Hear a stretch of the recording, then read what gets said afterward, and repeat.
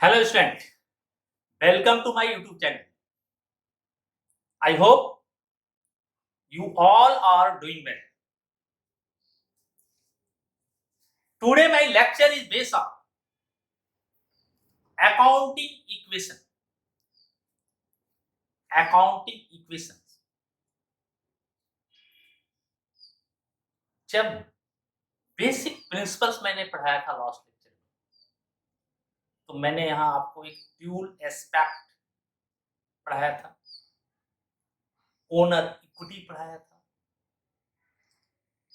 वही इक्वेशंस को हम यहाँ से अकाउंटिंग इक्वेशन की मीनिंग क्या है? अकाउंटिंग इक्वेशन की मीनिंग क्या है? Accounting equations is based on dual aspect. Is based on dual aspect of accounting. Accordingly, the assets and liabilities always equal. Accordingly, the assets and liabilities, including with capital, is always equal. That means equation is equal to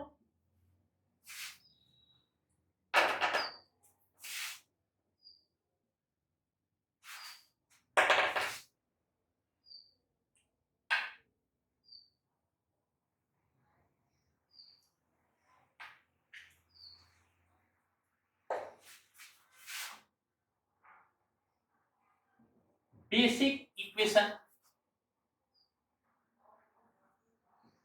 A is equal to C plus F. A for assets, C for capital, L for liabilities. यानी firm के जितने भी assets होते हैं वह किसके equivalent होते हैं? लायबिलिटीज के इक्विवेलेंट होते हैं। एंड कैपिटल, यानी फर्म का जो एसेट होगा वह किसके इक्विवेलेंट होगा? कैपिटल।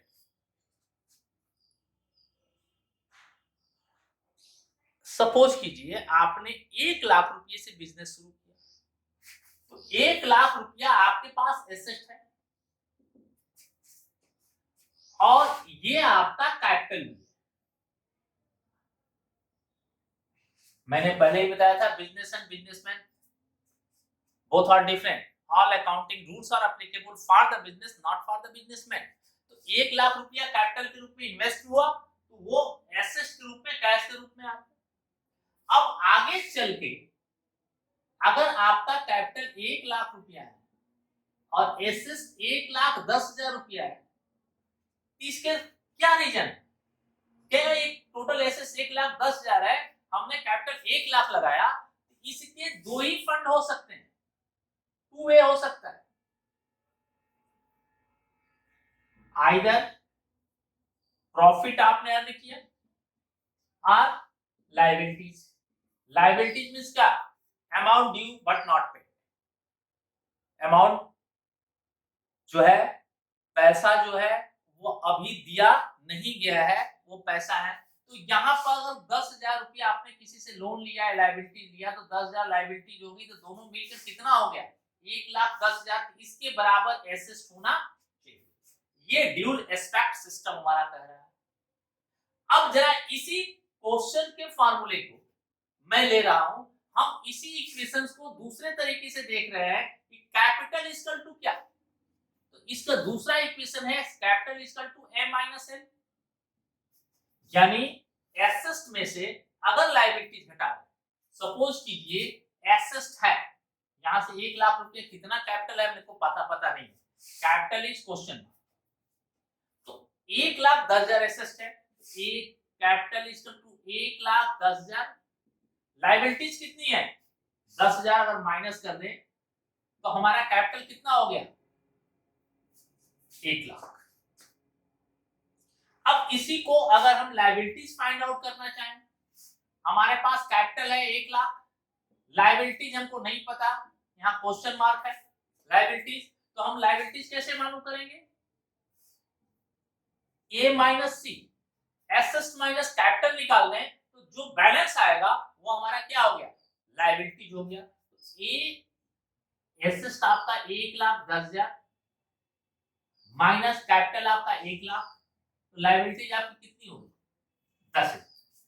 तो अकाउंटिंग इक्वेशन क्या कहता है, each and every monetary transactions पे, चाहे कोई भी चीज हो, कुछ भी हो, ऑलवेज हर ट्रांजैक्शन के बाद accounting equation A equal to C plus L के बराबर होना चाहिए। Clear, any doubt? ओके,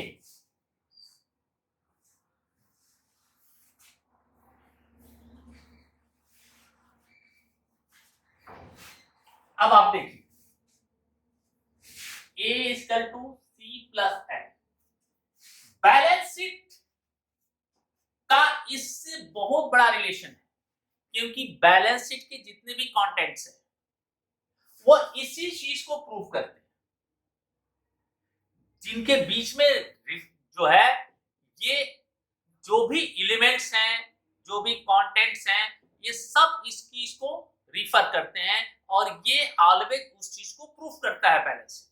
तो इस बैलेंस शीट का इक्वेशन भी होता है, देखिए बैलेंस शीट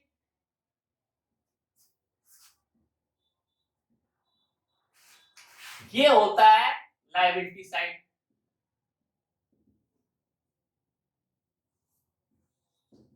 अमाउंट ये हो गया asset side, amount. Liability side में क्या होता है, कैपिटल और लायबिलिटी, और ऑल एसेट्स इधर दिखाई देते हैं, कैश, स्टॉक, बिल्डिंग, मशीन, ये जो भी नाम हो उसके, और इन दोनों का बैलेंस क्या होना चाहिए इक्वल होना चाहिए, तभी आपके बैलेंस शीट को सही माना। और जब ये दोनों चीजें होती हैं तब क्या होता है, हमारा रिलेशन इससे पुट हो जाता है, यानी C plus L liability side हो गया, A इक्वल टू एसेट्स। तो चूंकि एलिमेंट सेम है, कंटेंट सेम हो जाते हैं, इसलिए इसका बैलेंस शीट का एक टाइम पर, पॉइंट ऑफ टाइम पर दोनों को इक्वल होना चाहिए हर ट्रांजैक्शन के बाद, इसलिए इसे हम रिलेटेड करते हैं balance sheet.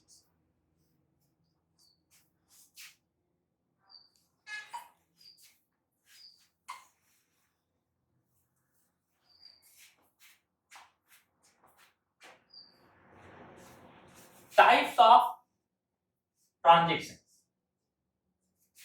In types of transactions,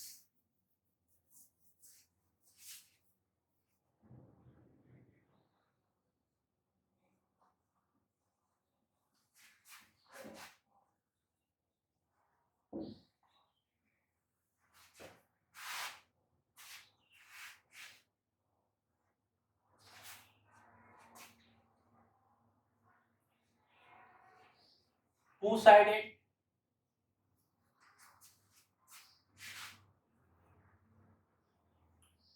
one-sided,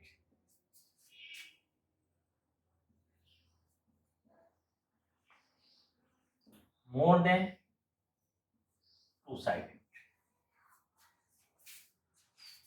यानी जब हम टू साइडेड की बात करते हैं तो इसमें दो साइड क्या है, एक साइड है एसेट और दूसरा साइड है capital plus liability.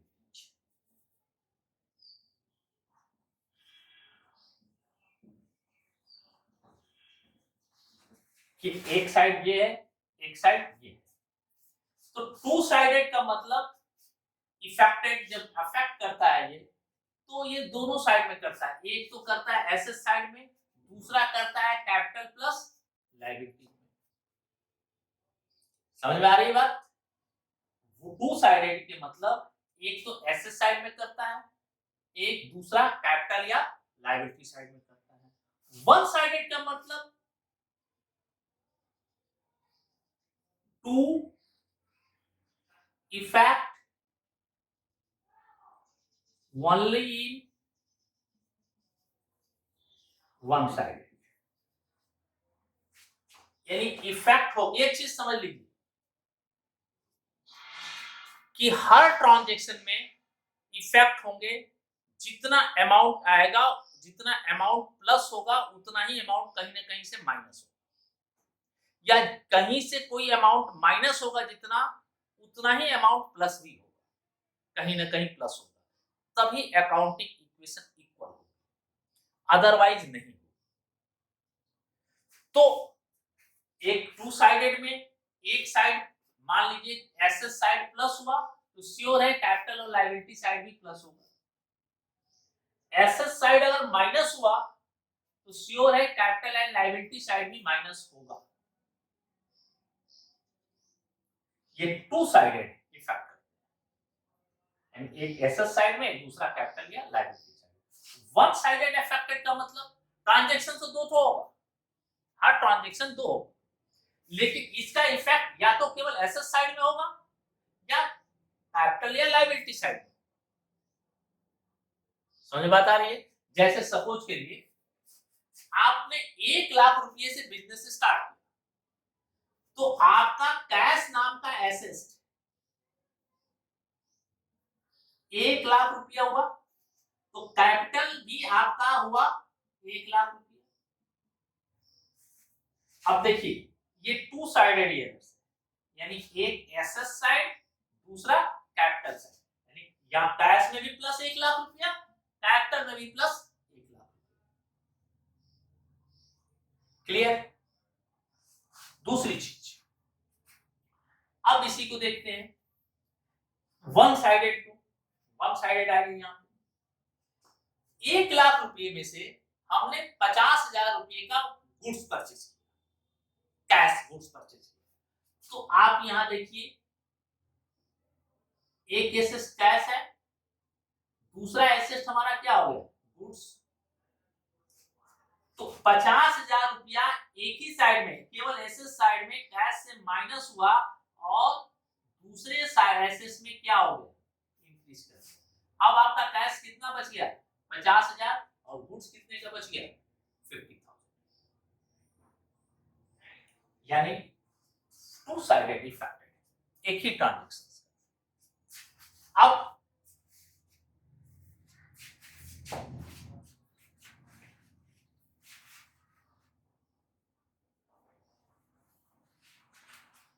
More than two sided,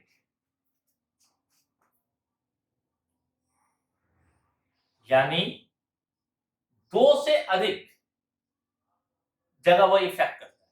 जैसे एसेट है, गुड्स है,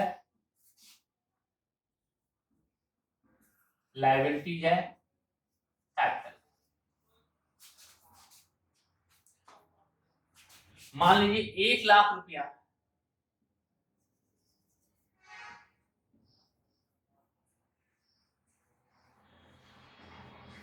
1 लाख रुपया से आपने बिजनेस स्टार्ट किया, उस समय कोई गुड्स नहीं, 1 लाख रुपया कैपिटल हो गया,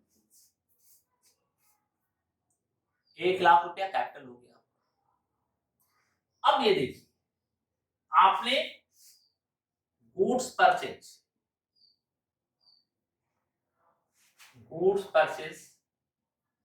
फ्रॉम राम फॉर ₹50,000, 50,000,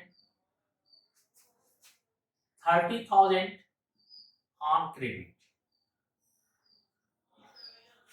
राम से 50,000 रुपये का माल खरीदा, उसमें से 30,000 का उधार था, इसका मतलब नगद हमने उसको कितना किया, 20,000।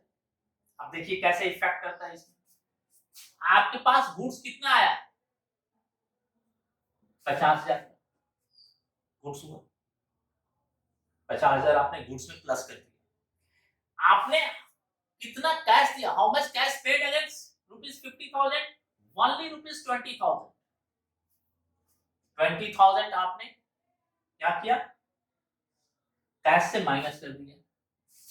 और आपकी लायबिलिटीज कितनी हो गई, 30,000 रुपया उधार खरीदा, 30,000 रुपया आपका क्या हुआ, लायबिलिटीज बढ़ गई। अब देखिए कितने प्लेस पे हुआ, 1, 2 और 3। लेकिन ये चीज ध्यान रखिएगा, 50,000 प्लस है तो 20,000 यहां से माइनस और 30,000 यहाँ प्लस, ये दोनों मिलके ये भी 50,000, ये भी 50,000, यानी अमाउंट का इफेक्ट उतना ही होगा, चाहे वन साइडेड हो, चाहे टू साइडेड हो, चाहे मोर देन टू साइडेड। अब देखिए ये बराबर आया है, आपके पास अब कितना हो गया, 80,000, ये न्यू इक्वेशन हो गया। आपके पास गुड्स कितने का हो गया, 50,000 का, लायबिलिटीज कितनी हो गई, 30,000, कैपिटल कितना हो गया, 1 लाख। अब इन दोनों को जोड़िए, देखिए ये 80,000 और 50,000, ये भी हो गया 1,30,000, और इसको भी जोड़ लीजिए, तो एसेट 1,30,000 किसके बराबर है, लायबिलिटीज प्लस कैपिटल 1,30,000 के बराबर। Clear, any doubt, okay.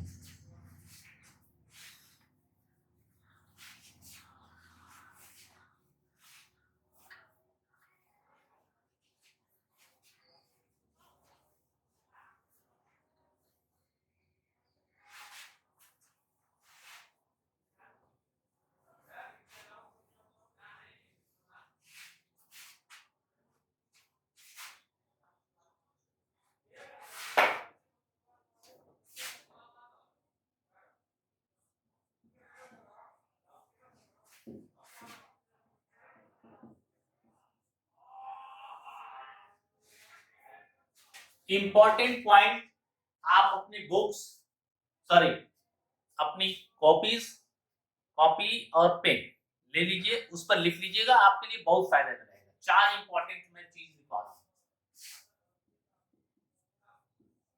Profit,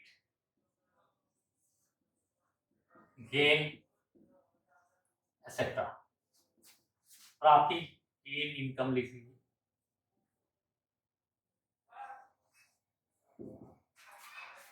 always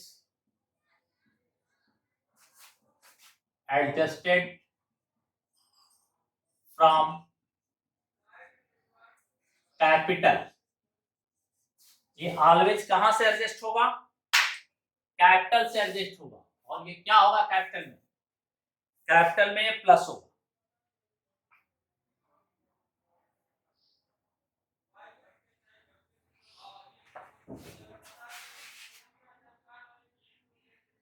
plus होगा कहां पे, ये कैपिटल में, बहुत बड़ा इंपॉर्टेंट पॉइंट है। दूसरा,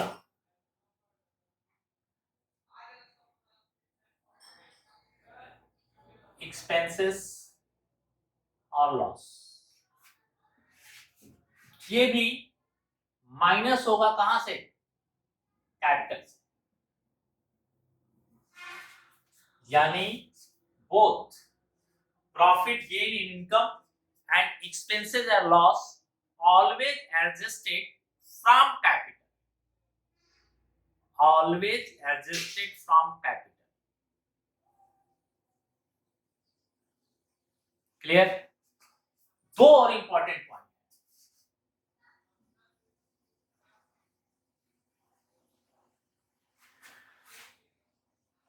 interest on capital, interest on drawing, ये भी ऑलवेज एडजस्टेड इन कैपिटल या ऑलवेज एडजस्टेड फ्रॉम कैपिटल, ये भी हमेशा कैपिटल से ही एडजस्ट हो। क्यों? Interest on capital in hands of the business is loss, but in hands of the proprietor is profit. तो बिजनेस के लिए नुकसान है, एक्सपेंसेस या लॉस है, इसलिए कैपिटल से माइनस होगा, लेकिन प्रोप्राइटर के लिए प्रॉफिट है, इसलिए उसके कैपिटल में प्लस होगा। Clear? Same concept interest on drawing के साथ आता है। Interest on drawing in hands of the business is profit और income, but in hands of the proprietor is loss, इसलिए वो भी प्रॉफिट है तो भी कैपिटल से एडजस्ट है, और अगर वो प्रोप्राइटर के लिए एक्सपेंसेस लॉस है तो उसका कैपिटल उसमें से कितना हो जाएगा? माइनस। अब इसको देखिए, इसके दो सिस्टम, आइदर इंटर, अगर आपको बुक्स ऑफ अकाउंट्स में एंट्री करनी है तो क्या करना है आपको? केवल वन साइडेड एरर एक ही साइड में होगा। कैपिटल में पहला लीजिए इंटरेस्ट ऑन कैपिटल, ये कैपिटल में ही प्लस भी होगा और यहीं से माइनस भी हो जाएगा, इंटरेस्ट ऑन कैपिटल। लेकिन पहले क्या होगा? इंटरेस्ट ऑन कैपिटल पहले माइनस होगा फिर प्लस होगा, पहले माइनस होगा फिर प्लस होगा। अगर आप ट्रांजैक्शन को रिकॉर्ड करना चाहते हैं तो इंटरेस्ट ऑन ड्राइंग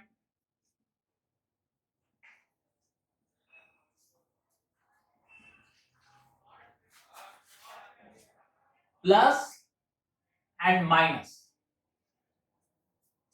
कैपिटल से ही प्लस होगा, पहले जितना अमाउंट प्लस करिएगा उतना ही माइनस करिएगा। उसी तरह से इंटरेस्ट ऑन कैपिटल है, पहले माइनस होगा और फिर प्लस होगा, तो आइदर और फिर आप इग्नोर, इसे इग्नोर कर दीजिए, इस ट्रांजैक्शन को रिकॉर्ड ही मत कीजिए, आपके किसी भी क्वेश्चन के किसी भी आंसर पर कोई इफेक्ट नहीं आए।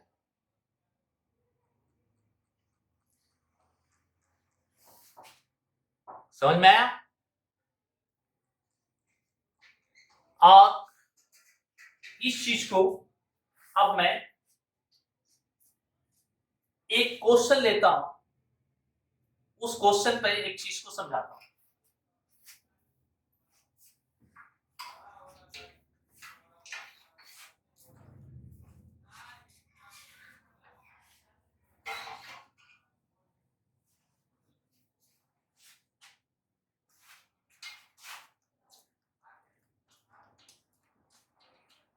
Business started with cash ₹1 lakh, with cash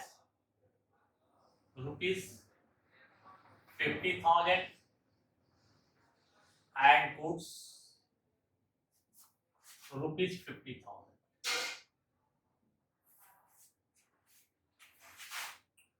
First, second, goods purchase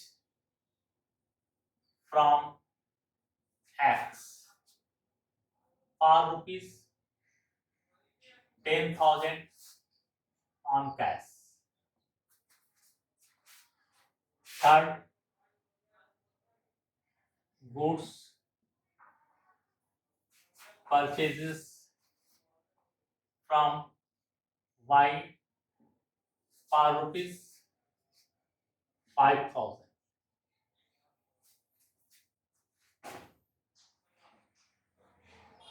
Goods sold for ₹6,000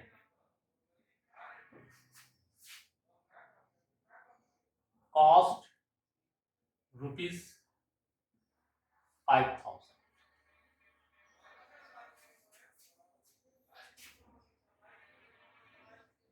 Rent paid ₹1,000.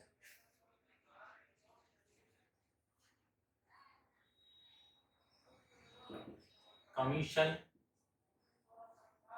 received ₹200. Interest on drawing ₹300.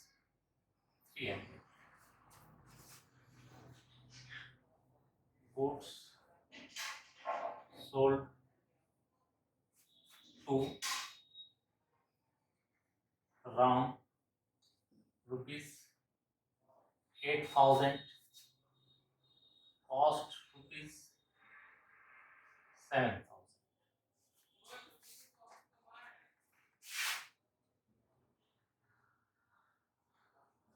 Furniture purchase ₹5,000. लिख लीजिए, पहले लिख लीजिए, फिर मैं इस क्वेश्चन को सॉल्व कर लूँ.